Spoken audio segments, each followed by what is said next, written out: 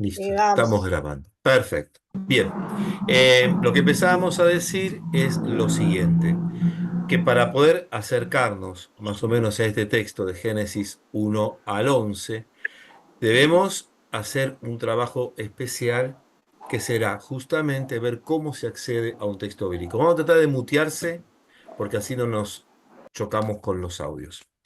Entonces, vamos a compartir pantalla, que era lo que estábamos queriendo hacer antes. Ahí estamos. Nos preguntábamos esto de qué es la Biblia y lo que decíamos que se trata de una biblioteca, algo que es una obviedad, pero esto nos sirve a nosotros para entender que además de ser una Biblia donde hay libros justamente que están indicados, el libro del profeta tal, de los Salmos, del Cantar de los Cantares, todos los libros que tenemos conforman una biblioteca, pero lo curioso de esta biblioteca es que no solamente la biblioteca es múltiple, sino que cada libro también es múltiple de fuentes. Es decir, hay que considerar cada libro también como una gran construcción o como un río que está conformado por varios afluentes. Esto es fundamental entenderlo, especialmente en el Pentateuco, que es lo que vamos a ver en un rato, porque los libros están compuestos de fuentes. Tenemos los evangelios, son cuatro, pero los evangelios también tienen sus propias fuentes. Entonces, lo que vemos aquí como una imagen muy bonita, ¿eh? Es un río conformado por varias fuentes de una manera muy parecida. Es la Biblia, cada libro de la Biblia. Entonces, cuando nosotros vamos a abordar el Pentateuco y vamos a abordar los textos de Génesis 1:11, lo que tenemos que ver es que estos libros, estos textos y estos relatos no fueron compuestos ni por una persona, ni en una sola vez, ni en un mismo tiempo, sino que fueron compuestos progresivamente por autores realmente desconocidos, en muchos casos muy desconocidos para nosotros. Por ejemplo, tenemos el profeta Jeremías o Isaías, donde no son ellos los que escribieron, ellos son los que hablaron, los que predicaron, pero los que escribieron fueron otros. Entonces, es muy difícil encontrar las fuentes de quiénes fueron los que los escribieron. Eh, entonces, frente a esto, a nosotros se nos presenta un gran problema. ¿Cómo leo la Biblia yo ante esta situación? Porque lo que nos pasa a nosotros es que al ser un libro complejo, tanto en sus ediciones como en su creatividad, con su creación, como la dificultad de los autores, la dificultad también de las fechas en que fueron compuestos a través de siglos, no es lo mismo leer esa Biblia que tenemos nosotros que cualquier libro o que el diario o cualquier lectura. Exige, sin lugar a dudas, un reconocimiento de cierta interpretación para poder llegar a este libro, de cierta comprensión de los textos, ¿m? De cierto acceso a los textos de un modo especial. El texto que tenemos aquí, de Hechos 8, es muy ejemplificador. El ángel del Señor dijo a Felipe: levántate y ve hacia el sur por el camino de la Baja de Jerusalén a Gaza. Es un camino desierto. Él se levantó y partió. Un eunuco etíope, ministro del tesoro y otro funcionario de Candace, la reina de Etiopía, había ido en peregrinación a Jerusalén y se volvía, sentado en su carruaje, leyendo al profeta Isaías. El Espíritu Santo dijo a Felipe: acércate y camina junto a su carro. Felipe se acercó y al oír que leía al profeta Isaías le preguntó: ¿comprende lo que estás leyendo? Él le respondió: ¿cómo puedo entender si nadie me lo explica? Este es un punto fundamental para el inicio de la lectura de la Biblia. Los textos son difíciles, son complejos, porque fueron escritos en otro tiempo, porque no sabemos cómo se componen las fuentes, no sabemos a veces a quién va dirigido, no sabemos quién escribió. Entonces nos resulta algo muy complejo. Por eso la necesidad de frenar y poder leer el texto muchas veces en compañía de otros. ¿Mm? Puede ser la comunidad, pero es fundamental que el acceso a la Biblia sea un acceso serio, un acceso pausado, un acceso de alguna manera estudiado. Por eso, cuando nos metemos en el texto, hay muchas cosas que no entendemos. Y está bien, y es lógico, y es así. Lo que, continúa a esa situación es poder buscar comprender a través de cierta lectura atenta, con las notas de la Biblia, a veces preguntando, a veces preguntándose, a veces cuestionándose, porque uno no puede leer la Biblia y comprenderla tal como está escrita. Tiene que entrar a la Biblia desde otro lugar, no solamente desde lo que nos presenta el texto, sino lo que hay detrás del texto. ¿Cómo puedo entender si nadie me lo explica? La necesidad de que alguien esté muchas veces al lado nuestro, como hace Felipe. Fíjese que esto es el inicio de lo que es un sínodo, caminar junto a, y eh, que quien tenga cierto acceso a un conocimiento al menos mínimo, pueda transmitir a otro lo que el texto quiere decir. Porque el texto puede decir múltiples cosas. Entonces le pidió a Felipe que subiera y se levantara junto a él. El pasaje de la Escritura que estaba leyendo era el siguiente: como oveja fue llevado al matadero, y como cordero que no se queja ante el que lo esquila.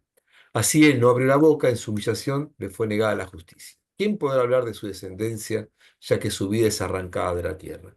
Este texto de Isaías para nosotros es muy llamativo, porque nosotros lo leemos en el día del Viernes Santo y se lo aplicamos claramente a Jesús. Pero es un texto de Isaías, y entonces Isaías no conocía a Jesús. Por eso el tipo se pregunta: ¿de quién dice esto el profeta? ¿De sí mismo o de algún otro? Es necesario preguntarse en el texto: ¿quién habla? Profeta. ¿De quién habla? ¿Para quién habla? Entonces tiene que ser una lectura crítica, no decir, bueno, esto es Jesús directamente. Felipe sí toma la palabra, a partir del texto, le anunció una buena noticia de Jesús. Y acá viene la novedad, porque hay una novedad en el texto que el etíope no conocía. Siguiendo su camino, llegaron a un lugar donde había agua y el etíope dijo: bueno, perfecto, me explicaré todo esto. ¿Qué me impide ser bautizado? Felipe dijo: si cree de todo corazón, es posible. Creo, afirmó que Jesucristo es el Hijo de Dios, y ordenó que detuvieran el carro. Ambos descendieron hasta el agua y Felipe lo bautizó. Cuando salieron del agua, el Espíritu del Señor arrebató a Felipe y el etíope no lo vio más, pero seguía gozoso en su camino. El aporte que hace Felipe es el que necesitaba el etíope para poder dar el paso de la fe. Pero para eso Felipe tenía que tener un conocimiento. También tenía que tener cierto conocimiento del etíope. Por eso voy a decir algo que hay que tratar de entender lo que quiero decir. La Biblia necesita ser trabajada por nosotros. No puede ser un libro que uno se tire como una zambullida de primera vez y pensar que eso es así. Exige un trabajo, exige un esfuerzo, exige preguntas y exige fundamentalmente un desprendimiento de un montón de preconceptos que uno tiene. ¿Mm? Esto, por ejemplo, como oveja fue llevado al matadero y como cordero que no se dejan, el que lo quiere, así fue llevado, así no abrió la boca. Nosotros sacamos así al toque que es Jesús, pero eso porque nos dijeron que es Jesús. ¿Puede ser otro? Y por supuesto que puede ser otro. ¿Pudo ser el profeta? Claro. ¿Puede ser Jesús? Bueno, también. ¿Puede ser alguien que consiga el profeta? También. ¿Puedo ser yo? También. ¿Puede ser alguien que esté sufriendo? También. Pero para eso tengo que hacer un trabajo de lectura, de análisis y de interpretación, por supuesto. Todo esto es fundamental para entender no solamente la Biblia, sino específicamente los capítulos 1 al 11 del Génesis. ¿Hasta acá alguna pregunta? ¿Algo que podamos preguntarnos nosotros sobre esto que estamos diciendo? No, Muy bien. José Luis, Esto una tiene pregunta, que... una Sí, preguntita. ¿Esto vos lo vas a compartir sí, sí, sí, o después vas se los tomando paso. notas? Después se Ah, los bien, paso y le bien. voy a pasar Bueno, varias cosas después. Mm. gracias, gracias. Bien. Por eso tenemos que ver lo que ocurre acá. Un texto, como tenemos aquí, uy, un texto que es el producto final de qué cosas. Observen, gente. Historias, recuerdos, cultura influencias, que son las fuentes, la tradición, la interpretación original del hecho que sucedió, la escritura misma y géneros literarios a través de los cuales se manifiesta una escritura. Puede ser un himno, puede ser un canto, puede ser una ley, puede ser una profecía, puede ser un mito. Son los géneros literarios que son necesarios para poder expresar a través de un texto algo. Esto en un segundo momento se conduce hacia una tradición, en principio oral. Esta tradición vuelve a interpretarse para ver cómo se dice en nuevos momentos y constantemente, y después se produce el texto. Pero antes ocurrió todo esto a través de personas que no conocemos, ¿m? Y de tiempos que a veces tampoco son fáciles conocer. Entonces el camino nuestro va a ser el inverso. Del texto tengo que ir, como lectores, a una primera interpretación, que fue el que lo escribió, la tradición que lo llevó, y llegar a las historias, los recuerdos, la cultura, las influencias, la tradición, la interpretación, la escritura, los géneros literarios. Es un ida y vuelta. ¿Mm? Entonces, un texto es producido por una historia y yo muchas veces tengo que conocer la historia del texto para ver qué significa. Insisto, ¿esto es difícil? Sí. A veces uno se encuentra con por ahí gente muy, muy querida que dice, pero es muy difícil entender la Biblia. Y sí, necesariamente lo es. Por eso mismo hay que tener mucha atención, mucho cuidado y no hacer decir a la Biblia cualquier cosa y no creer cualquier cosa que nos dicen a través de la Biblia, como si lo dijera la Biblia, ¿m? Sino poder entrar en una actitud crítica. ¿M? Acá Dios dice tal cosa y me parece que esto es demasiado fuerte, demasiado duro. Bueno, entonces hacer una crítica de eso, un análisis de eso, para poder interpretar lo mejor, ¿eh? Por ejemplo, no sé, se me ocurre ahora así a vuelo de pájaro, ¿cómo Dios le puede dar permiso a Satán para molestar al pobre Job? ¿Eso es válido entenderlo? Entonces hay que leerlo y ver qué tradición hay detrás, qué quiere decir el texto. ¿Eso es una novela? ¿Es una historia? ¿Es un mito? ¿Qué es? Si es una novela, lo tengo que ver como una novela. Si es una historia real, tengo que ver cómo puede ser que Dios esté haciendo esto. Darle permiso a un ángel que se llama Satán para quitarle al pobre Job todo lo que tiene. Porque esa interpretación, si es así, es muy gravosa, ¿no? Nos provoca cierto espanto, porque entonces Dios permite a que un ángel nos quite todo, y por lo tanto, a aquella gente a las cuales se les quitó todo, por ejemplo, los pobres, uno tendría que decir, mira, Dios lo probó. ¿Y cómo lo probó? Quitándole todo. ¿Qué le quitó? Su trabajo, su familia, sus hijos, murieron todos. ¿Por qué? Para probarlo. Es un Dios que no se puede aceptar. No podemos aceptar un Dios que quite la cosa para probarnos de qué. Como si estuviéramos en una especie de examen ante Dios en situaciones críticas. Tengo que entender que aquí hay un género literario, hay una intención, leer todo el libro y además leerlo dentro de todo el contexto de la Biblia, a ver si Dios obra así. ¿Se entiende esto, gente? Porque si no entendemos, nos vamos a perder en todo lo que vamos a decir a partir de ahora. Eh, Bien, por eso hay que ver, esto se los voy a pasar, este pequeño texto de la Constitución de Verbo del Concilio Vaticano II, después lo lee más despacio. Hay que atender a los géneros literarios, es decir, cómo está expresando una verdad el autor. ¿Eh? Hay que ver qué es lo que Dios quiere decir a través de los escritores sagrados. Hay que interpretar la Sagrada Escritura con el mismo espíritu que se escribió, es decir, entrar y meterse dentro de la Escritura, sabiendo que Dios nos está inspirando, así como inspiró al autor, inspira también al lector, porque leemos la Biblia dentro de un contexto de espiritualidad. No simplemente como académicos o como lectores investigadores, no, no. Para ver lo que Dios quiere decir, hay que entrar en el mismo camino en que entró aquel que estaba escribiendo y siendo inspirado. Esto es lo que dice el Concilio Vaticano II. Por eso hay que entender, fíjense, las circunstancias, las condiciones del tiempo, la cultura, todo esto como pensaba el hombre de la época. Porque si no vamos a considerar que Dios creó creó el mundo en 6 días y ya, y listo. Y el séptimo día descansó. ¿Y cómo puede descansar Dios? ¿Qué quiere decir el texto cuando habla del descanso? ¿no? ¿Y cómo puede ser que primero aparezca la luz y después aparece el sol? Es contradictorio, o sea, eso no es natural. Ah, pero Dios lo puede hacer. Eso es una lectura fundamentalista que no cabe, porque Dios no puede ir en contra de las propias leyes naturales, claramente. Con lo cual, no puede haber primero una luz y después un sol, cuando la luz viene del sol. ¿M? Entonces, esto hay que leerlo dentro de cierta racionalidad para ver qué quiere decir el autor cuando pone primero la luz y después el sol. ¿M? Bien.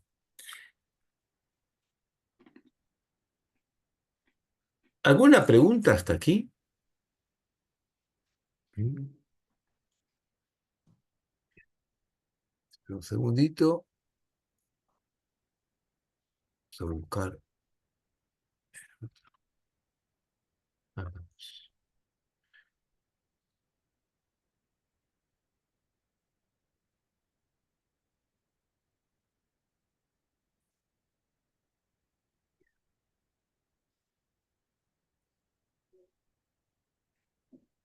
Así entonces vamos a entrar en el, en el estudio o la lectura de los primeros libros de la Biblia que tienen que ver con el Génesis, que están incorporados dentro de otra gran colección que es el Pentateuco, que son los 5 primeros libros de la Biblia. Tampoco podemos entender estos textos sin su contexto literario. Como sabemos, el Pentateuco son los primeros 5 libros. Penta es 5 y Teuco es un estuche donde se guardan los libros enrollados, los rollos. Son los 5 rollos. Vamos a compartir para que podamos comprender un poquito más esto.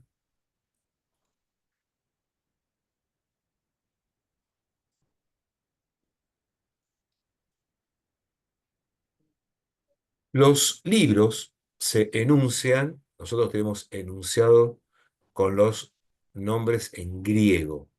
¿Mm? Quiere decir que decir el principio, Génesis, Éxodo, que es decir hacia el camino. ¿Eh? Después viene el Levítico, pues están los levitas, números, por la cantidad de hombres y mujeres que salieron hacia el desierto. Y Deuteronomio, la segunda ley. Deuteronomos, la segunda ley. Pero los nombres importantes para nosotros son los nombres en hebreo. ¿Mm? Porque así se clasifican también. Bereshit, que decía en el comienzo, porque es la primera palabra. Shmot quiere decir nombres, porque son los nombres de los que salieron hacia Egipto. Baikra es y llamó, porque así empieza el libro. Bemidbar es en el desierto, porque se trata de eso, del pueblo de Israel en el desierto. Y Devarim, palabras, cosas o leyes, porque es lo que ocurre en, en el desierto, donde Dios habla y da un montón de leyes. Eh, en ese contexto, nosotros vamos a entrar en el libro del Génesis, que es justamente en el comienzo. Yo creo que si tienen la Biblia allí, es muy Sí, interesante ver cómo empiezan los primeros textos bíblicos. ¿No? A ver, por lo menos para quienes no pudieron traer la Biblia. Génesis 1:1 comienza así, en el principio, que en hebreo es Bereshit, en el principio, bara Elohim. ¿No? Creó bara Elohim, Dios. Eh, No es casual que el texto de todo el Génesis, que es el inicio de toda la Biblia, empiece con la segunda letra del alefato. Se llama alefato y no alfabeto griego porque es eh, Aleph, la primera letra, Bet, la segunda letra, alefato.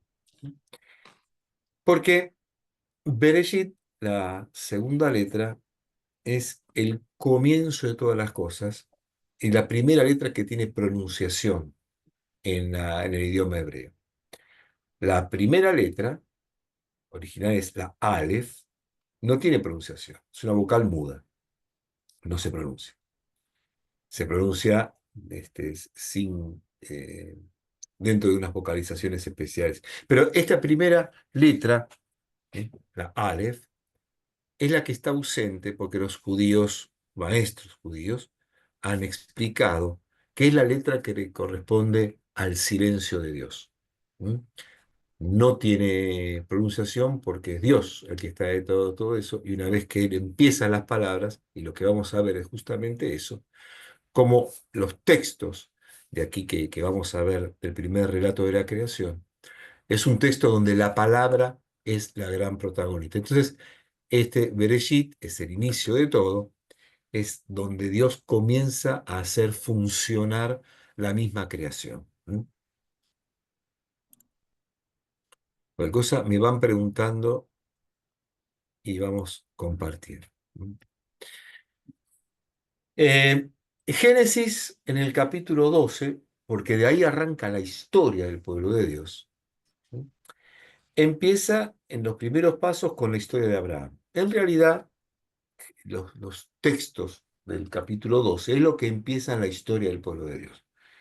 Porque tenemos que notar esto, los textos no se escriben en el momento que suceden las cosas. Uno escribe siempre después de que suceden las cosas. Es muy raro pensar que alguien esté escribiendo mientras suceden las cosas. Se escribe después, un diario se escribe después. Una novela se escribe después que el autor piensa. Un libro de historia también.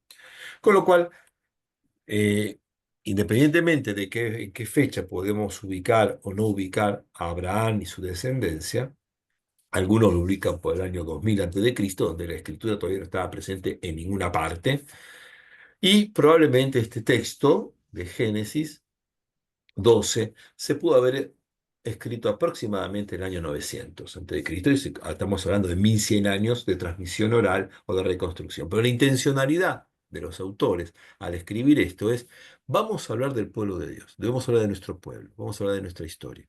¿Y cuándo empezó? Y arrancan desde Abraham. Eso lo hace dentro de un contexto que será el contexto de reconstrucción de una historia presente.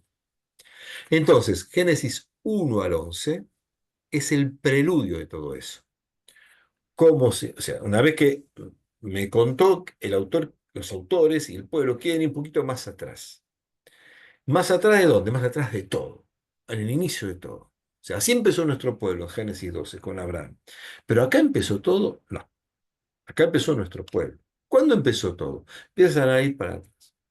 Lo primero de todo, obviamente, es cuando Dios creó el mundo, pero como relato. Los relatos no cuentan necesariamente una historia real, son relatos. Así como nosotros tenemos un montón de relatos de la creación de los pueblos originarios y de otros pueblos, este es un relato de la creación, no es la historia de la creación. Nadie sabe cuál es la historia de la creación. Tenemos la menor idea. Los científicos están peleando de una manera impresionante para ver cuál es justamente, digamos, la teoría más cercana posible, que el Big Bang, que esto, que otro. Pero nadie sabe realmente cómo empezó todo. Pero claramente el autor o los autores de estos textos no tienen la menor idea de la cuestión científica del origen de la creación. Y no tienen interés también de hacerlo porque su preocupación es más bien teológica, no científica. Las preocupaciones científicas aparecen en la Edad Media. Bueno, quizás un poco antes con Aristóteles también, y las matemáticas, y con la geografía que aparece también en la zona de Egipto y Grecia, por lo menos en Oriente Medio. Se cierra el Génesis con la muerte de José, llevado a Egipto, y de ahí va a pasar de nuevo entonces al Éxodo. De Génesis pasamos al Éxodo. El cierre, el capítulo 50, me está cerrando la historia del pueblo de Dios y me está abriendo la historia del pueblo en Egipto como eh, un dolor, una esclavitud, de la cual Dios también lo iba a sacar. Entonces Dios interviene en la creación, Dios interviene en el pueblo, Dios interviene en los patriarcas, Abraham, Isaac, Jacob, y Dios va a intervenir también en la salida de este pueblo que está esclavizado. ¿Cuál es una primera síntesis? Arrancar desde el principio de todo en que todo tiene que ver con Dios. Y que por lo tanto Dios está presente desde el principio en todo y en todos. Por eso todo es una historia teológica o una teología de la historia. Es una historia teológica, una historia desde Dios. Es como cuando nosotros leemos nuestra propia historia y decimos, mira, realmente ahora me doy cuenta que esto es lo que fue haciendo Dios, ¿no? A lo largo de la historia. Pero uno se da cuenta después, en el momento no. Entonces, si lo tuviera que escribir después, cuando lo escriba, va a decir, sí, Dios. estuvo presente en este momento de mi vida de una manera especial, y reconstruye la historia desde una óptica de la fe. Ahora, si quiere puede sacar esa óptica de la fe, es una cronología, pero va a ser distinto. Acá las cronologías como tales no existen. Los hechos históricos como tales pasan a un último plano. Lo que vale aquí es interpretar cómo Dios actúa en la historia. En cuanto al Génesis, en cuanto al tema de la creación, tenemos dos grandes relatos. Hay dos versiones. Dos versiones. Una que va del capítulo 1, versículo 1 al 2:4. Fíjense los que tienen la Biblia. Esto nos damos cuenta por qué. Fíjense los que trajeron Biblia. Génesis 1:1 comienza diciendo, al principio Dios creó el cielo y la tierra. Sí, Génesis 2:4, la primera mitad del versículo 2:4 dice, este fue el fue origen el origen del cielo y la tierra. del cielo y la tierra. Fíjense que las palabras son muy similares. Al principio, el origen. Creó el cielo y la tierra, del cielo y la tierra, cuando fueron creados, Dios creó. Esto para nosotros es muy importante porque es lo que encuadramos en lo que llamamos, en la tradición de los estudios bíblicos, unidad literaria. ¿Por qué esto también es importante? Porque es el modo que tenían de escribir los antiguos.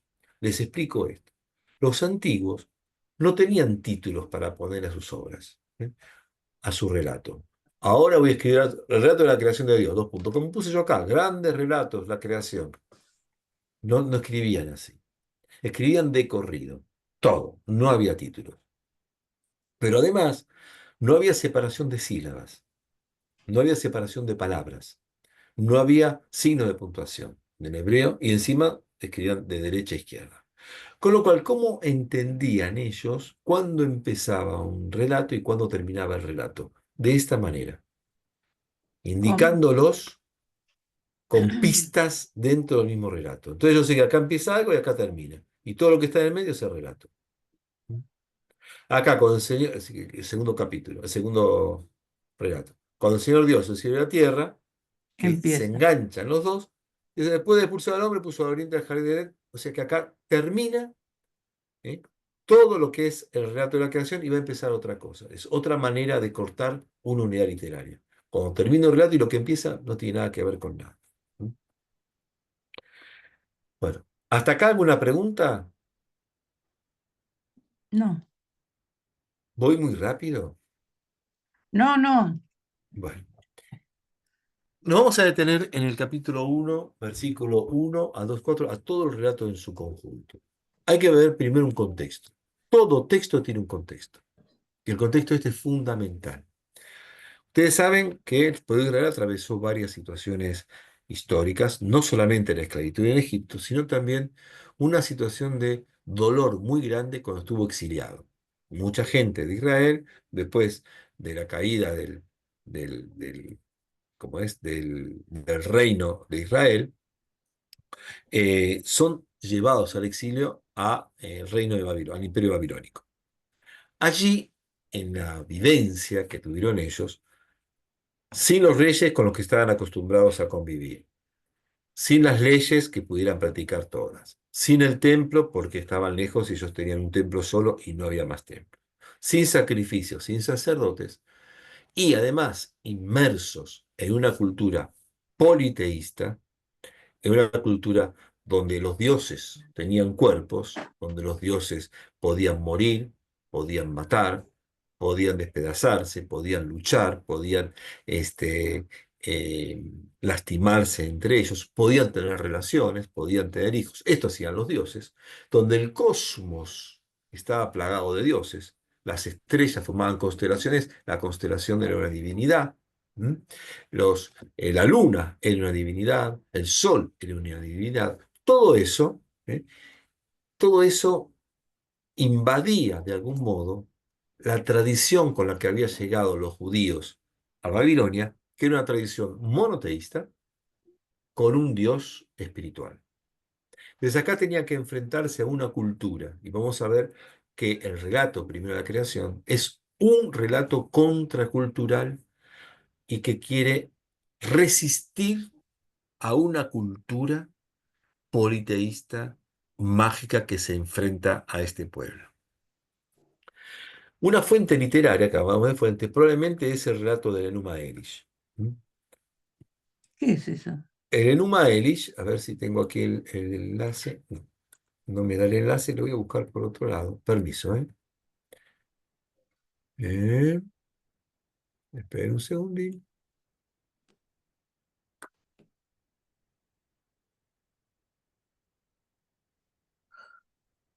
Eh,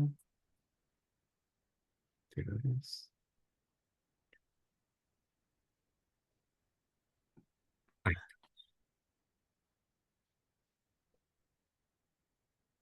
voy a abrirlo de nuevo, perdón, ¿eh? Así podemos abrir este. Ah,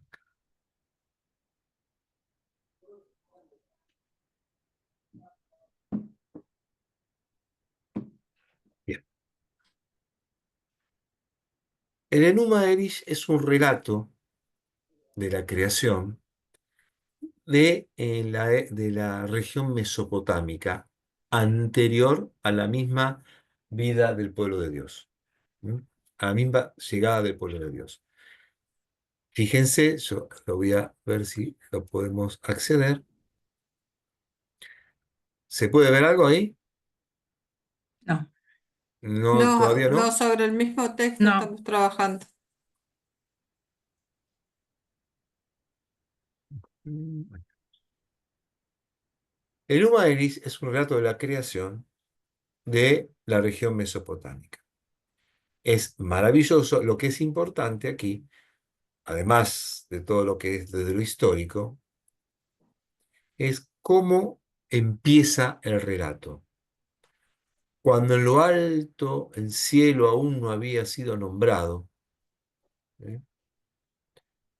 En el principio creó Dios el cielo y la tierra, y abajo la tierra firme no había sido mencionada con un nombre, solos Apsu, su primogénito, y la madre Tiamat, la generatriz de todos, mezclaban juntos sus aguas, aún no se había aglomerado los juncales, ni las cañas lo habían visto.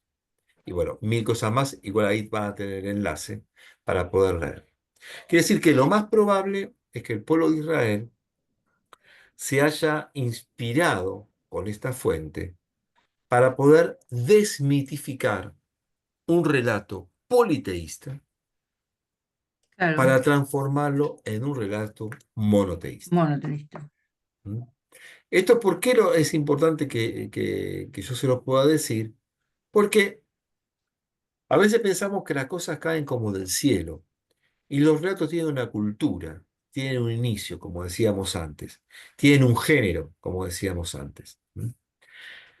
Eh, Bien, la estructura literaria, entonces, todo esto es la fuente literaria. La estructura, la vimos antes, arranca desde en el principio que Dios recibió la tierra, a la tierra y el cielo cuando fueran creados. Y todo termina en una estructura literaria donde cada día hay una creación de algo.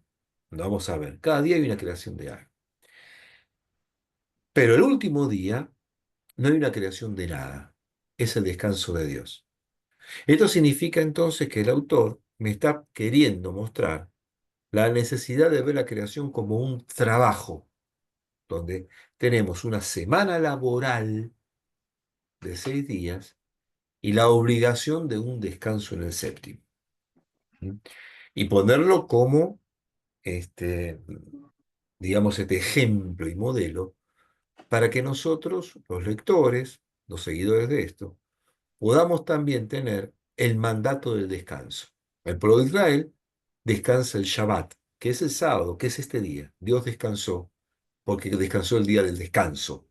¿Eh? La palabra descanso es Shabbat y el nombre del día es Shabbat, con lo cual el sábado, el Shabbat, es el día que se descansa.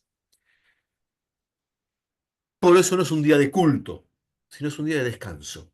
Shabbat, sí, se va al culto, pero se va al culto porque es el descanso. Y como descanso puedo ir al culto. No que voy al culto para descansar. Porque descanso, voy al culto. Entonces, en el día del descanso se celebra el agradecimiento de esa semana laboral. Dios aparece aquí como un trabajador. Vamos a decir, bien, esto ya más o menos lo habíamos dicho. Eh, ¿Cuáles son los elementos primordiales aquí? Que desde el caos, vamos a ver, la palabra de Dios genera un orden, siempre. La palabra de Dios va a generar, dijo Dios tal cosa, ¿eh? Que exista tal cosa y esto existió. La existencia marca el orden de las cosas, pero también marca el poder de Dios para poner en orden las cosas. Hay una fuerte presencia del Espíritu, ¿m? Y la palabra es creadora. Eso después le voy a mandar también una especie de pequeño escrito sobre la palabra creadora. Y para si tenemos tiempo, lo leemos al final. Eh, Vamos ahora a meternos en esto. Los 7 días, o los 6. Primer día se crea la luz, el segundo la bóveda celeste, lo vamos a seguir. En el tercer día hay dos actos creadores. La unión de las aguas inferiores, las plantas y los árboles. Después aparecen el astro mayor y el astro menor. El quinto aparecen los peces y las aves. Y el sexto, dos obras también. Animales domésticos, reptiles y fieras, hombre y mujer. Y el séptimo es el descanso.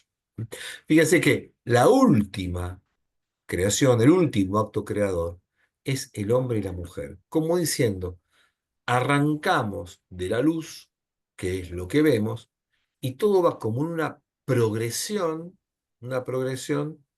hasta el hombre y la mujer, que es el máximo exponente de toda la creación, lo máximo que aparece allí. Bien, entonces, lo que vamos a ver ahora sí es el relato en sí mismo. Hasta acá, ¿cómo vamos? No quiero Bien. aburrirlos, ¿eh? No quiero aburrirlos. ¿Vamos bien? ¿Nos aburrimos mucho? No, No, no. bien, está bien. Para nada, está buenísimo. Está buenísimo, Espectacular. José Luis. Bueno, qué suerte. Vamos a ver, claro, porque esto no es chiste. A ver, vamos a encontrar en... Esperen que voy a encontrar el texto.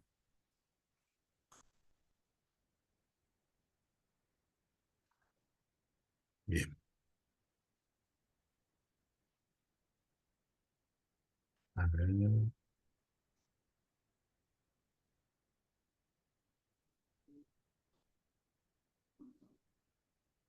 encontramos el texto para compartir y quiero compartir. Ahí estamos. Bien. Bien.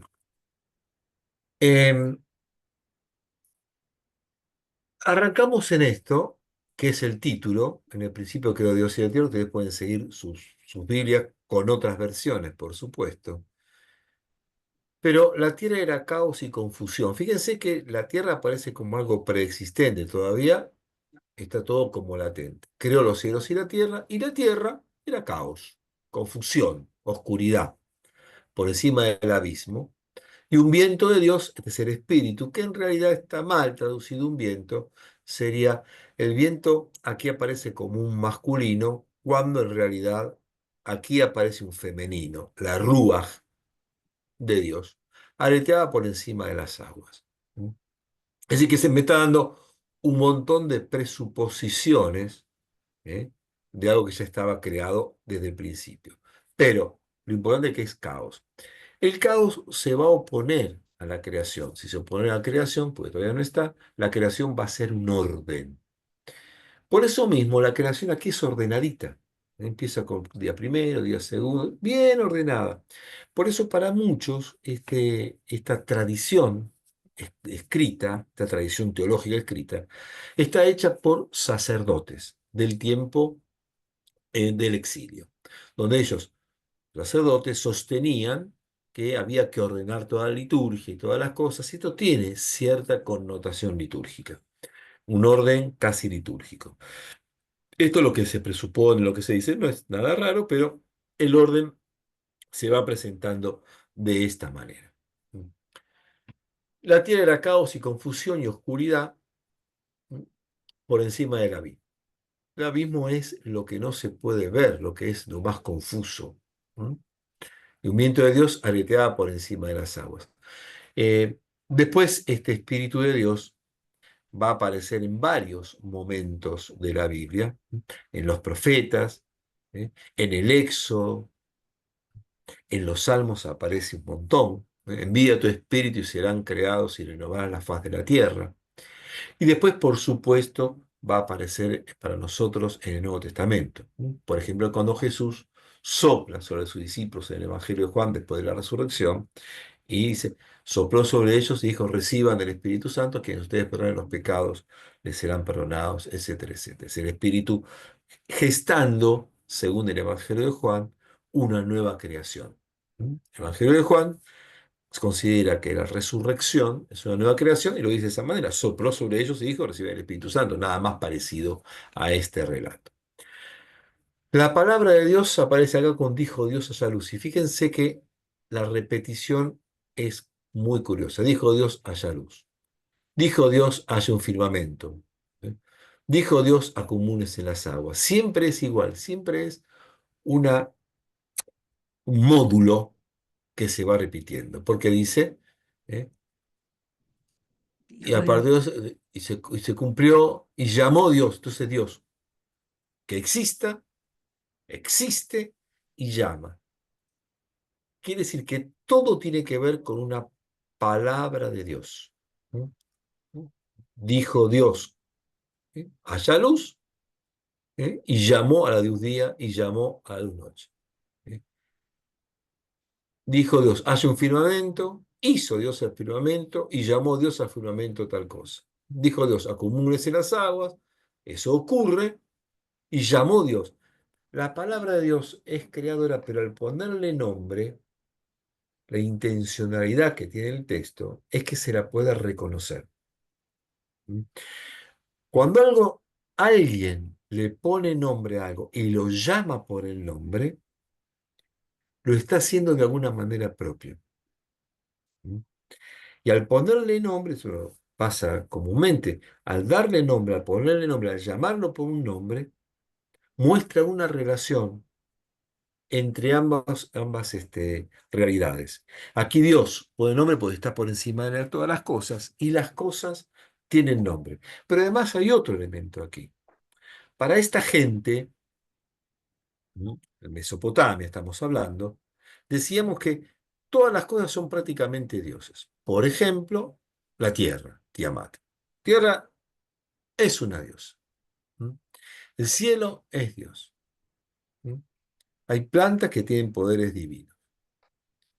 El sol va a ser Dios. Entonces, cuando Dios los crea y les pone nombre, lo que está diciendo este autor o estos autores es, en medio de una sociedad politeísta, decir, guarda gente, estos no son dioses, porque estos son creación de Dios. ¿Mm? Y esta creación de Dios tiene los nombres que Dios le puso. Y por lo tanto, esta creación de Dios no exige que nosotros le estemos sirviendo a esta creación, sino que la creación nos sirve a nosotros. Ahora vamos a ver eso. Entonces, algo que no es Dios no puede exigirnos que le sirvamos. En cambio, algo que es creado por Dios, nosotros las consideramos que están a nuestro servicio, como la tierra, como el sol, como la luna, vamos a ver en qué sentido. ¿Preguntas hasta acá? No. Bien, la luz es el inicio de todo. ¿Mm? Porque sin luz no hay creación, nadie puede hacer nada sin luz. Con la luz se vive, con la luz se trabaja, con la luz se estudia, con la luz se escribe, con la luz se ara el campo, con la luz se levanta la cosecha. Hoy por hoy, bueno, sabemos que también en el campo se trabaja con grandes reflectores. Bueno, son luces. Nadie puede hacer muchas cosas, muchos trabajos. Digo, por lo menos en este tiempo, esta era la idea. La luz es el principio creador porque es el principio para el cual podemos trabajar. Después Jesús se llamará a sí mismo que Él es la luz del mundo. ¿No? Si Él es la luz del mundo, es el primer acto mismo de Dios, de alguna manera, es el foco de Dios. Cada elemento que aparece creado por Dios está bien. Vio que la luz estaba bien. y apartó la luz de la oscuridad. Ya hay dos elementos. Al crear una, se refleja en los otros Dios. ¿Por qué insiste muchas veces que, que esto estaba bien? Permanentemente aparece un firmamento, y así fue y llamó al firmamento cielo, atardeció. Bien, ¿por qué constantemente dice que está bien? Porque en estas tradiciones religiosas donde ellos estaban inmersos, había cosas buenas y cosas malas. Y había dioses buenos y dioses malos. El mal provenía del dios malo y el bien provenía de los dioses o el dios bueno. Por tanto, había que muchas veces satisfacer la demanda de un dios malo o bueno, muchas veces entregándole cosas, a veces cosas de la naturaleza y a veces también vidas humanas. Y uno tenía que temerle mucho a los dioses, especialmente a los dioses malos, porque los dioses malos podían matar. O sea, el mundo estaba dividido en lo bueno y lo malo, que era una explicación, más o menos, para poder atravesar la vida que tenía que atravesarse. ¿Por qué me va mal? Porque hay dioses malos.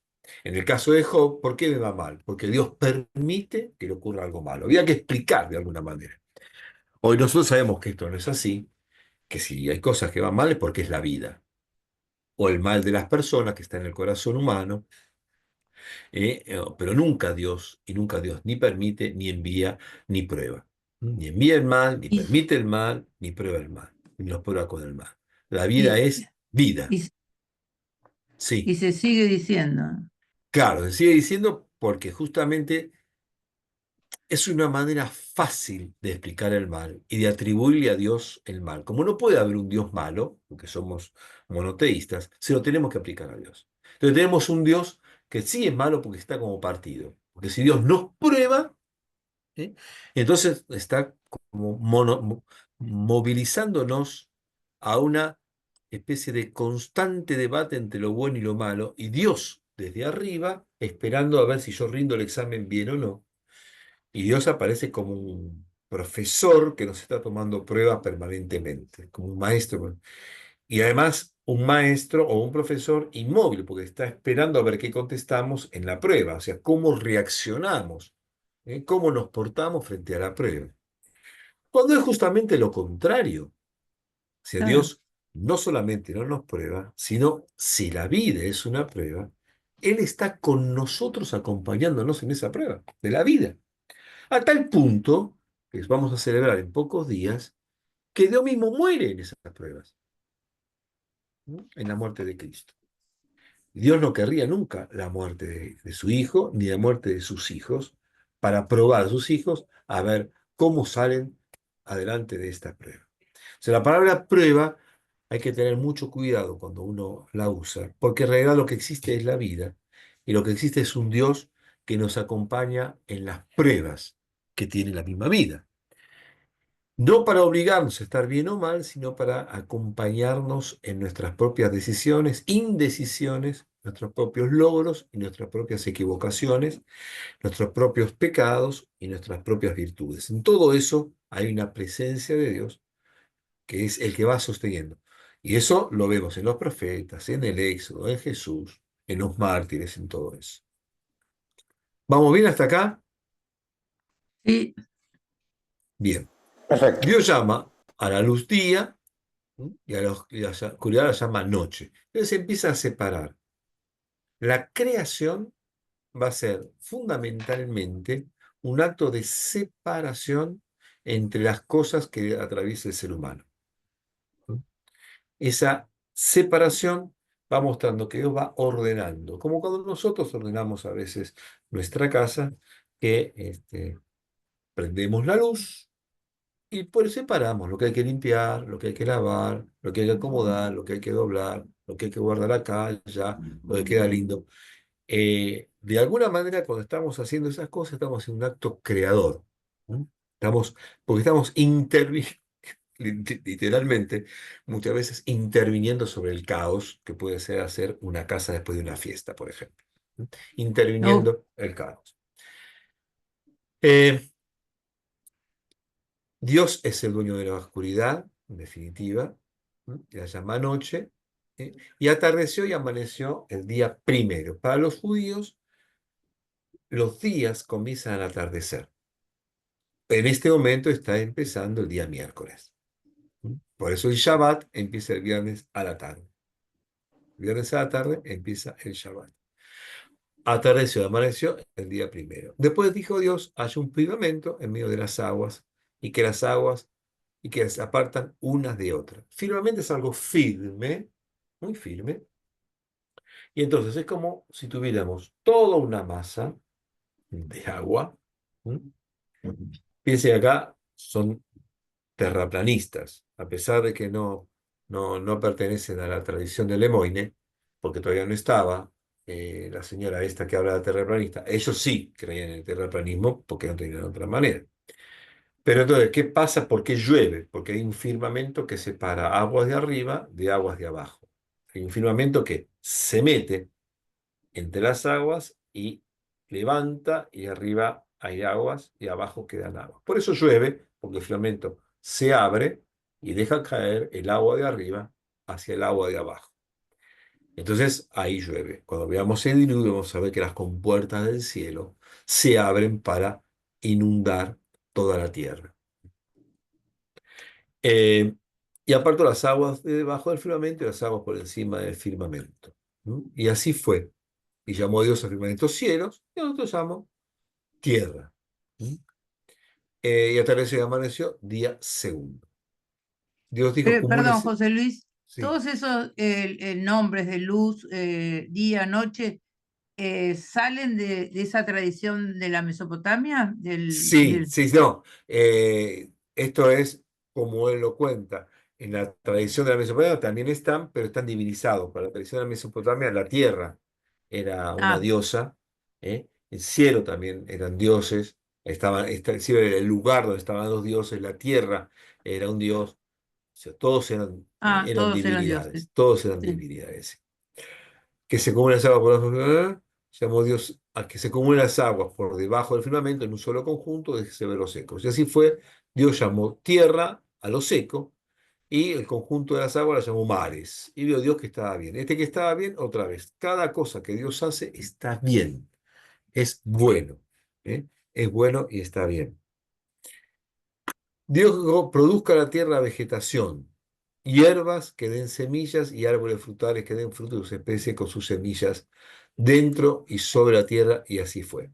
Fíjense que aquí hay una variante, muy complejo el texto, hay una variante interesante porque uno aquí podría esperar, dijo Dios que exista la hierba, pero sin embargo le da una orden a la tierra para que produzca la vegetación y los árboles.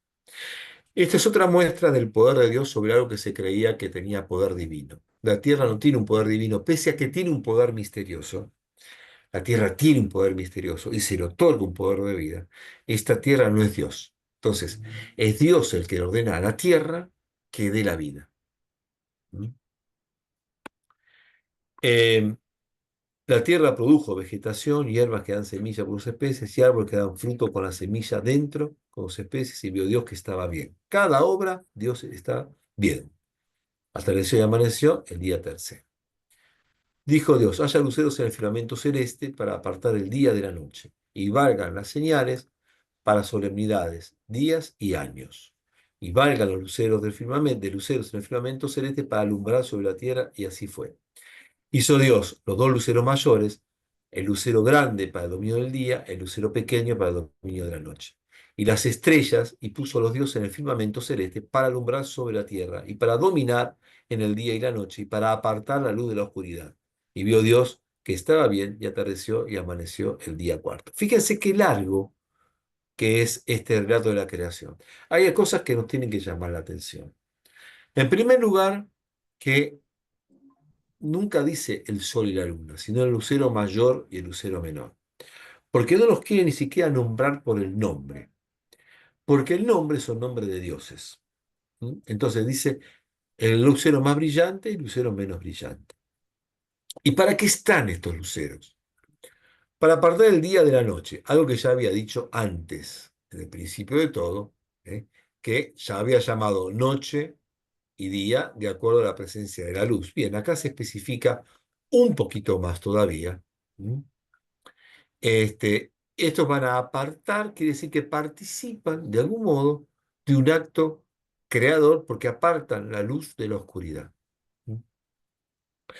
Y fíjense que estos van a dominar el día y otro va a dominar la noche.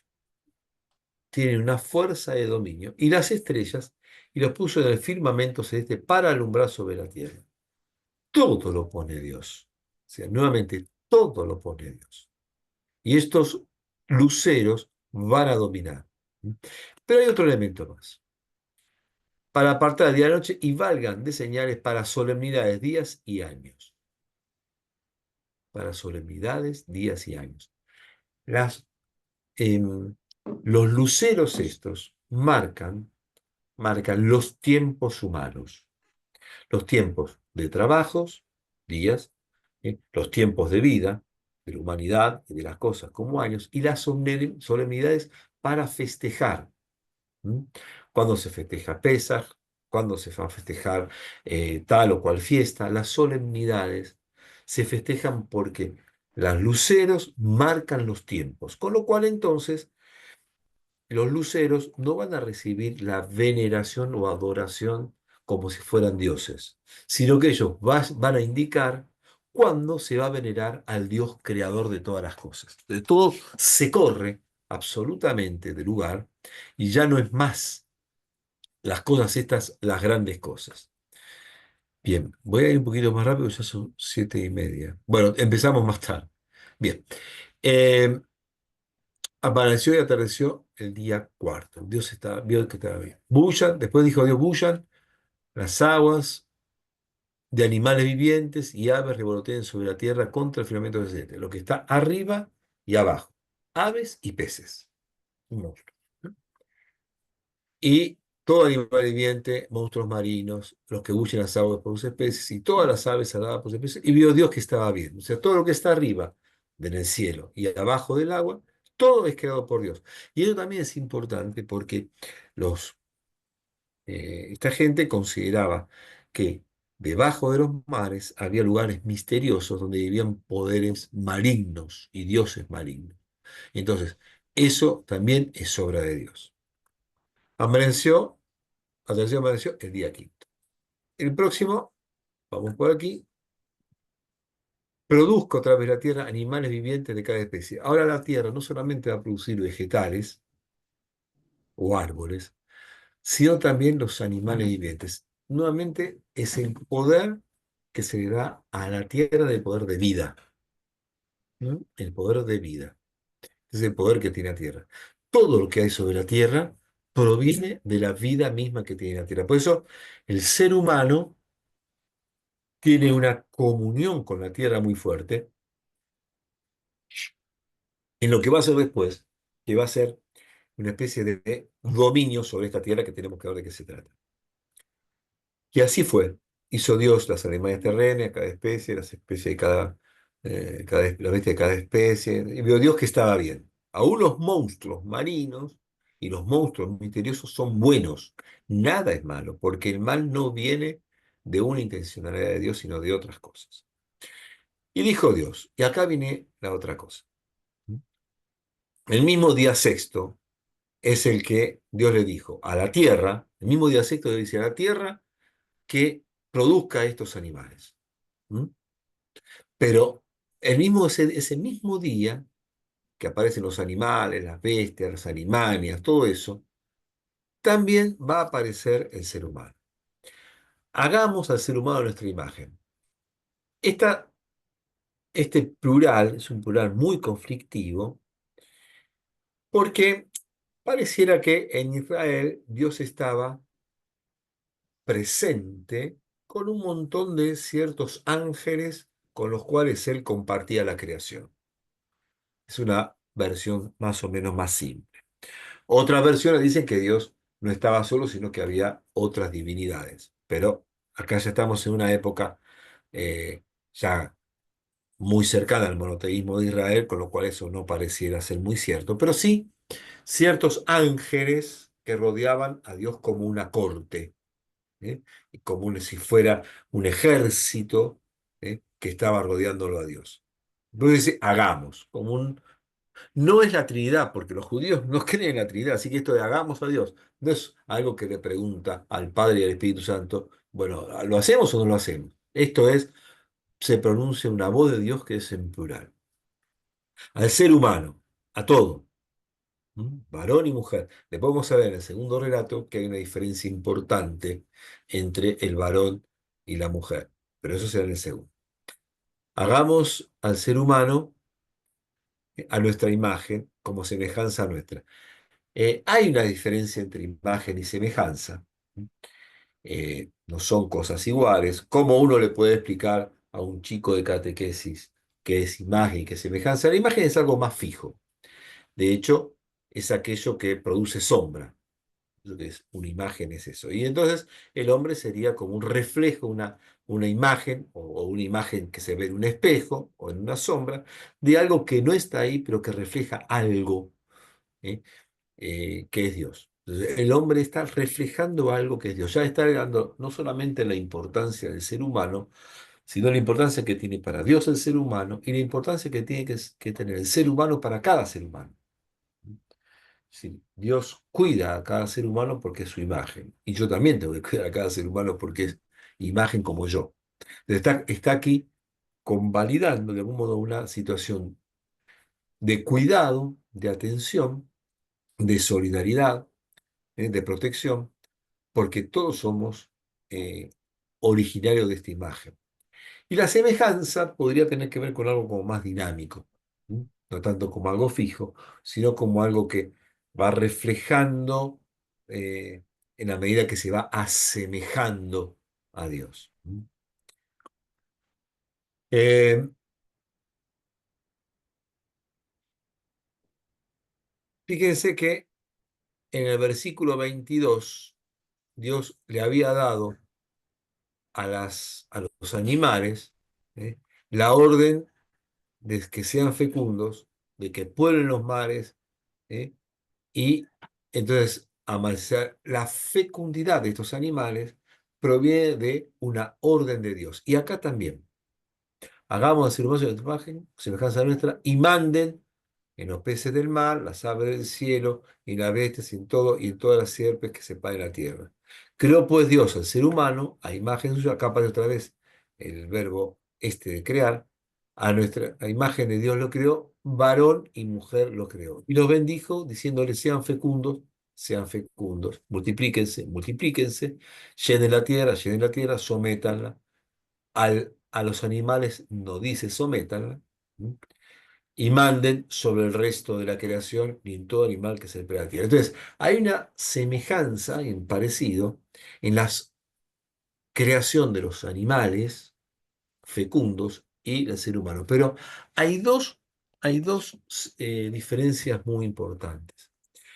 La primera es que Dios bendijo, ¿eh? Al varón y a la mujer. ¿Mm? Y lo segundo, que el hombre tiene la misión de someter a toda la creación. Y a partir de ahí le da todas las semillas, todo lo que sea como alimento. Aquí aparece una alimentación variada de lo que es semillas, frutos de semillas,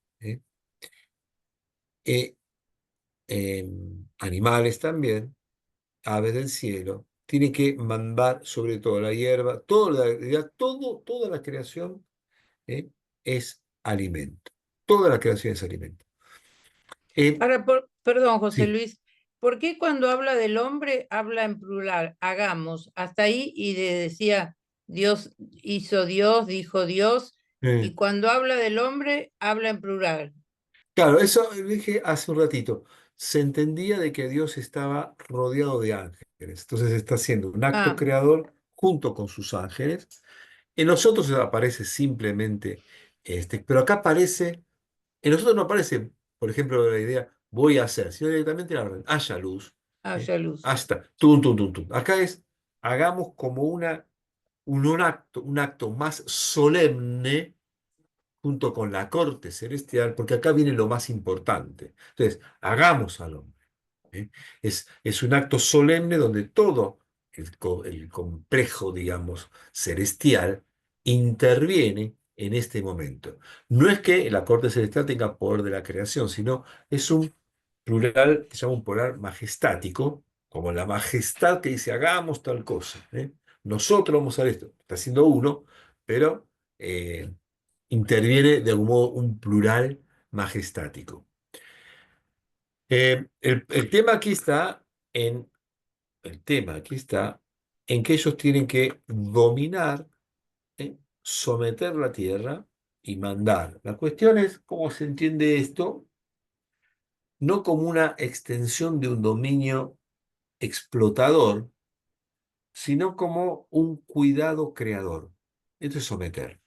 No es como un acto de poder para destruir, sino que es un acto de poder para cuidar y hacer crecer. Porque todo aquí tiene que ver con la vida. Por eso el someter a la creación tiene que ser también un mandato ecológico hoy por hoy. Si no lee las cartas de Francisco hoy, apuntan a eso. El someter no es un acto de sometimiento vandálico, explotador, sino que es una atención para que se pueda vivir de esta tierra. Después Israel, en esto justamente, ha sabido ordenar las cosas, cuanto que la tierra siempre, en el pueblo de Israel, al séptimo año de cada tierra, tenía un periodo de descanso. La tierra descansaba después de una séptima cosecha y arrancaba después al año siguiente. Un año tenía de descanso. Eh, Porque justamente es necesario que la tierra pueda descansar y evitar una explotación excesiva para que después la gente no se muera de hambre porque la tierra quedaba cansada, quedaba explotada y quedaba desintegrada por la fuerza de la humanidad. Eh, Otra cosa que tenemos que decir, varón y mujer, ser humano, ¿m? Es el conjunto del ser humano, toda la humanidad, toda la humanidad. No podemos nosotros aquí hacer simplemente una diferencia de varón y mujer como una cuestión de género. Eso, macho y hembra no quiere decir que eh, hay dos géneros nada más, sino simplemente es lo que él ha tenido allí para decir, pero todos los que participan de esta condición humana son creados por Dios y por lo tanto son buenos. ¿M? Es una buena creación. Eh, Esto para entender que el tema del género también de aquí tiene que ser algo muy importante, eh, para no considerar que solamente dos géneros son lo bueno y el resto es obra del mal. Toda humanidad es creada por Dios, más allá del género que la humanidad, que cada humanidad pueda tener. La fecundidad es una orden también, aunque después sabemos que algunas personas pueden no ser fecundas o otras personas no quieren ser fecundas. Eso también será parte de la libertad o parte de la misma naturaleza humana o parte de la vida. No todos lo son, ni todos pueden, ni todos quieren. Dios podrá mandar esta orden, pero esta orden claramente tiene que ver con un fruto también de la libertad, porque lo que va a hacer que el hombre exprese su libertad. Por eso no puede haber ninguna ley que obligue ni a ser fecundo ni a no serlo. Eh, Acá hay otra diferencia que va a ser, eh, dijo Dios, ve que he dado toda hierba de semilla, etcétera, todo árbol que lleva fruto de semilla, para vosotros será de alimento. Todo animal será de... Y así fue. Y vio Dios cuanto había hecho, y vio Dios que estaba muy bien. Y atardeció y amaneció el día sexto. Y acá aparece como el cierre de todo, porque ya no es que todo está bien, sino que todo está muy bien. ¿Mm? Cierra, ¿mm?, de alguna manera todo el acto creador con la afirmación, que en definitiva termina siendo una afirmación de fe, a que todo está muy bien. No solamente bien, sino muy bien. Y en el capítulo 2 cuando empieza, hasta el versículo 4 se concluyeron entonces los cielos y la tierra y todo su aparato. Y vio Dios, concluida todo en el séptimo día, la labor que había hecho y cesó el día séptimo, de toda la labor que hiciera. Y bendijo Dios el día séptimo y lo santificó, porque en él cesó Dios de toda la obra creadora que Dios había hecho. Estos fueron los orígenes de los cielos y la tierra cuando fueron creados. Y hasta aquí llegaría el relato primero de la creación. Fíjense que no manda que haya un culto el sábado. El sábado no es día de culto, es día de descanso. Y en ese descanso se alaba a Dios por la obra creadora.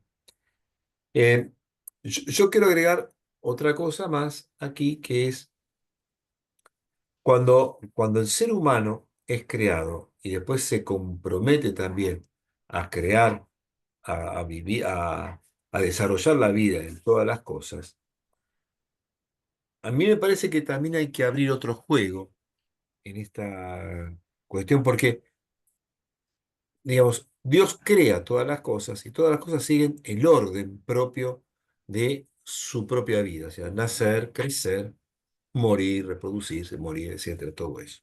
El hombre va a tener que ser aquel que tiene que someter, que tiene que dar vida, que tiene que poder vida, que tiene que cuidar, que tiene que proteger. Con lo cual, una de las cosas que se dice comúnmente en este relato es que el hombre es creador junto a Dios, porque es semejante de Dios, semejante a Dios, imagen de Dios. Por lo tanto, el hombre es que tiene todo el poder de gestar vida. Por eso tiene que ser fecundo. ¿Eh? El hombre, digo, la humanidad, ¿no? El hombre como genérico. Se es fecundo si se da vida, ordena la vida porque tiene que someter todas las cosas. Pero yo quiero agregar una cosita más que me parece importante, que todo esto el hombre se lo tiene que aplicar también a sí mismo. Si el hombre tiene que ser también no solamente dueño de lo que está afuera, sino dueño de sí. Y también el hombre, la humanidad, el ser humano, si es co-creador con Dios, también se va recreando a sí mismo. O sea, el hombre tiene una responsabilidad sobre toda la creación, como vemos acá. Pero el ser humano tiene que tener una responsabilidad sobre su propia creación, porque si el hombre tiene que ser co-creador, porque la creación no está completa y el hombre participa de ese acto creador, y Dios le dio el poder de participar de ese acto creador, de ese acto de cuidado, de ese acto de atención, de ese acto de dar vida, de promover vida, el hombre no está separado de eso de sí mismo. Tiene que ser también cuidador de sí mismo, o cuidadora, hablo en masculino como genérico, ¿no? Tiene que ser cuidador de sí mismo, protector de sí mismo, creador constantemente de su propia vida, ¿eh? Y donde entonces, si no está completa la creación, el hombre, el ser humano, tiene que recrearla para completarla, y Dios le dio ese poder. Sometan la tierra, cuídenla, háganla crecer. El hombre no puede estar desentendido de que esa orden también es para él. Y si él tiene que enfrentarlo hacia hacia esa creación que está fuera de él, también tiene que enfrentar a la creación que está dentro de él. Pero también tiene que enfrentarla para la solidaridad con los que lo rodean. También tiene que crear de alguna manera al otro, en el sentido de cuidarlo, en el sentido de darle la vida, en el sentido de ayudarlo a crecer, en el sentido de, no de someterlo con un poder opresor, sino de acompañarlo como si el hombre es a imagen y semejanza de Dios, tiene que acompañar a toda la humanidad, a su humanidad, a lo que está, a acompañar como acto creado. Es decir, yo no puedo ser indiferente al otro humano, porque yo soy imagen y semejanza, con lo cual también estoy gestando y generando en el otro un acto creador. O sea, tengo que hacer que el otro también vaya siendo creado, o sea, colaborar en la creación del otro, no solamente en la creación de los propios hijos, en el caso que uno los tenga, ¿no? Sino también en que el otro también tenga vida en lo que yo le pueda dar de vida, ¿no? En una horizontal. Entonces, hay una corresponsabilidad de toda la humanidad para que toda la humanidad pueda tener una vida en la cual todos puedan vivir como imagen de Dios, ¿no? Entonces, no estaríamos solos, no estaríamos abandonados, No estaríamos extrañando nada, sino que la imagen y semejanza de Dios estaría por todos lados. Por eso aparece esto como una orden, o sea, algo que no está y que por lo tanto hay que hacer. Por eso en este primer relato de la creación no hay ningún pecado, no hay nada, sino que todo termina en digamos, en el acto creador humano y el acto celebratorio del descanso sagrado que la humanidad tiene que brindarle a Dios. Por eso es una gran liturgia. Terminado todo el trabajo, toda la humanidad, que es imagen y semejanza de Dios, que se cuidan, que se tratan, que se, eh, que se abrazan de algún modo en abrazos fraternos, entonces reconocen la sacralidad de la creación, la sacralidad de Dios, por supuesto, y la sacralidad del otro, que es imagen y semejanza de Dios. Este relato, entonces, no es solamente una manera de desmitificar, o de hacer un Dios mitológico, sino que es una teología de la creación. Y por lo tanto también es una teología de la humanidad. Yo quería terminar con algunas cositas más. Si alguien tiene alguna pregunta, que la haga ahora. Así mientras yo busco otra cosita más. No sé si alguien quiere preguntar algo también. Yo quería mostrar alguna cosita más. Los escucho, ¿eh?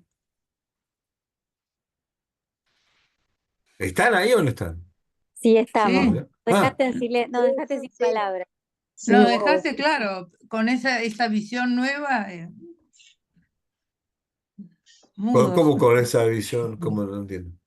Claro, la sacralidad, el ver al otro en la creación, ver el dominio en forma distinta, una maravilla. Bueno, Somos gracias. Digamos, somos responsables de todos, o sea, mm, no solo de la creación, ¿no? Como vos dijiste, José Luis, nuestros propios hijos, sino que somos responsables de la humanidad, digamos, ¿no es claro, cierto? De todo somos el que tengo responsables de la cerca, humanidad. de todo el que Por lo tengo menos el que cerca. tenemos más cerca, ¿no? Yo responsable Exacto, del exacto. francés que está en este momento en Versalles, tengo una responsabilidad un poquitito lejana, pero tengo una responsabilidad más directa con aquellos que están más cerca mío, en esa responsabilidad de hacer que la creación tenga sentido y ojo, porque también yo tengo que de alguna manera exigir que también el otro sea cuidador mío, Claro, ¿no? Es decir, que el otro también sea el que me trate como imagen y semejanza de él. ¿Mm? claro, sí, Entonces, sí. de esa manera uno defiende también su dignidad. Hace muchísimos años, cuando se empezó el trabajo de religiosidad popular en el Santuario San Cayetano, eh, se puso un cartel que decía: recuerda que eres hijo de Dios, para que el que iba a rezar a San Cayetano no pierda de vista la dignidad. Y somos imagen y semejanza de Dios, y eso lo tenemos que hacer reconocer también a nosotros. ¿Por qué no podés pisotear? Porque soy imagen y semejanza de Dios. ¿Por qué no te puedo pisotear? Porque sos imagen y semejanza de Dios. ¿Por qué vos sos responsable conmigo y yo también con vos? Hay una corresponsabilidad mutua. ¿Mm? Y en esa corresponsabilidad mutua, nosotros tenemos que valorar al otro y valorarse a uno mismo. Y por eso mismo yo me tengo que recrear constantemente y tengo que dar esta creación que también me afecta a mí. ¿Estamos en eso? Sí. Sí, Más o menos. Yo Sí, quería sí, leer, sí, les quería genial. leer, les quería leer algo que después se lo voy a pasar, pero que me parecía que podía ayudar un poquitito a esto, una cosita que yo escribí así, pero bueno, no es tan largo, pero quería leerlo. Es muy común que en catequesis se utilice este texto, el de la creación para hablar de la creación, pero sabemos, no podemos limitar un texto bíblico. En cuanto un texto es palabra, debe admitir diversos abordajes e interpretaciones. Un texto no significa una sola cosa. Vayamos al origen del texto. En tiempos en que se redacta este texto, muchos judíos se encuentran cautivos en Babilonia, debido a la invasión y conquista del Imperio Babilónico. Para el pueblo de esta región, todo el cosmos está divinizado. Cada astro, cada una de las estrellas, las constelaciones y la Tierra misma son divinidades. El autor, que desde hace mucho tiempo se la considera como de tradición sacerdotal, quiere transmitir a sus oyentes y lectores que nada fuera del único Dios es Dios, y que todo es obra de Él. No hay otro Dios fuera de mí, será la confesión que proclamará en Isaías 45:5. El autor o autores centrarán la cuestión de la creación a partir de la palabra de Dios. Es muy claro esto, ya que cada elemento creado es precedido por la fórmula dijo Dios. Esa palabra, por ser de Dios, es creadora, fundante, verdadera y eficaz. Hace lo que dice. La palabra de Dios es digna de creer, de aceptar y de vivir. No es palabra humana que se pierde en promesas, sino eficaz en el hacer. No hay separación ni distinción entre decir y hacer. Pero, ¿qué dice? ¿Pero qué les dice esto a la gente exiliada? Volvamos a la historia. Quienes están en Babilonia ya no tienen templo, rey, sacerdote, culto, ni siquiera su propia tierra. ¿Qué hacer para no perder la comunión con Dios y con los compatriotas exiliados? ¿Cómo encontrarse con lo sagrado de Dios y del pueblo cuando las mediaciones en las que se pusieron todas las esperanzas ya no están? ¿Será que Dios ya ha desaparecido y con él nuestra esperanza? Es necesario responder a las crisis. Es preciso y posible buscar nuevas mediaciones, liberándose de las anteriores que impedían crecer, porque ya simplemente no estaban. Es recrear la identidad y la comunión. El relato de la creación comienza hablando del caos, de lo que es informe, de lo que amenaza la vida. Y ante esto la palabra de Dios que irrumpe, violentamente gritando que exista la luz. Y desde ese grito, la oscuridad tiene que retirarse y darle el paso a la vida. Es el grito de Dios sobre la muerte para que la vida traspase la oscuridad. Ante Dios no hay fuerza que pueda ganar. No hay otro Dios fuera de mí, decía el profeta, y aquí se demuestra. El texto entonces invita, exige a reconsiderar las crisis personales, comunitarias, eclesiales e institucionales. En tales crisis la palabra de Dios debe volver a su carácter de fundante y creadora, y en su misión de traspasar la oscuridad para iluminar y dar vida donde hay caos. Por lo tanto, la palabra de Dios debe volver a violentar con su grito la situación caótica. Sin el reconocimiento de esta crisis, no habrá creación ni recreación. Esta palabra nos grita que desmitifiquemos lo que ha sido divinizado y que volvamos a lo esencial, ya que es muy probable que tengamos que reconocer que algunas mediaciones que antes nos daban vida, quizás ya no existan más.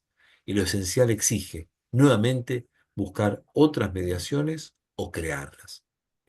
Como vemos, el texto ya no habla solo de una creación pasada, sino de una creación constante, siempre y cuando estemos dispuestos a reconocer a nuestros exilios, nuestras crisis y la reconstrucción de nuevas mediaciones.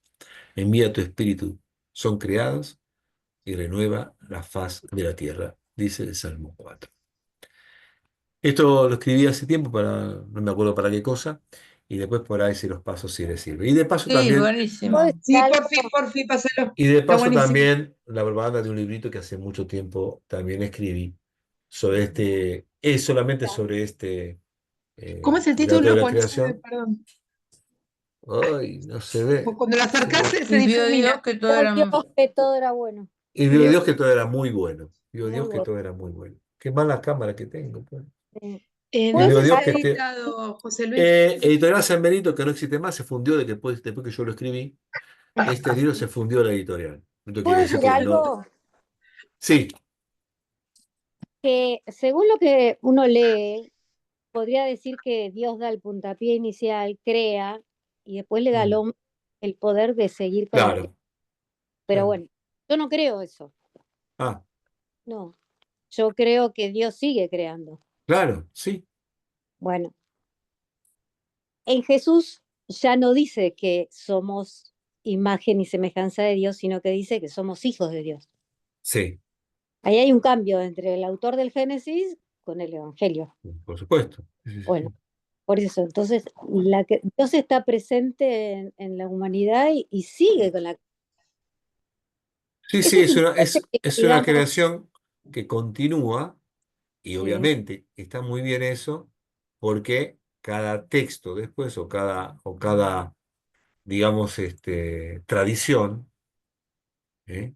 Va a tener su propia interpretación de todo esto. Y está muy bien. Sí, sí, sí. Sí, sí, Pero por eso sí. está bueno que podamos aclarar, o en la catequesis o en lo que sea, que no es que Dios dio el primer puntapié y ya está, y se quedó tranquilo y descansó. No, no, no, Sigue no. creando con el hombre, sigue dándole el poder al hombre de que crea junto con él y juntos ir haciendo la creación. Sí, sí. Totalmente, totalmente. Sí, sí. No quedamos separados, pero lo que aparece aquí en el autor del Génesis y lo que va a aparecer en los textos, y el autor del Génesis lo que quiere decir también en esto es que nosotros no estamos apartados del acto creador, Claro, ¿eh?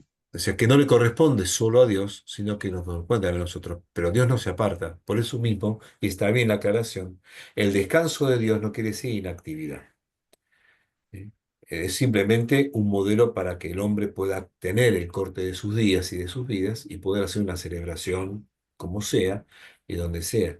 Pero no es un corte en la creación. O sea, Dios no descansa en la creación. Como todo el Evangelio de Juan dice, mi Padre no descansa. claro. Claramente dice el Evangelio de Juan, ¿no? Las obras de Padre, con que se contradice entre el Génesis y Juan. No, no es una contradicción.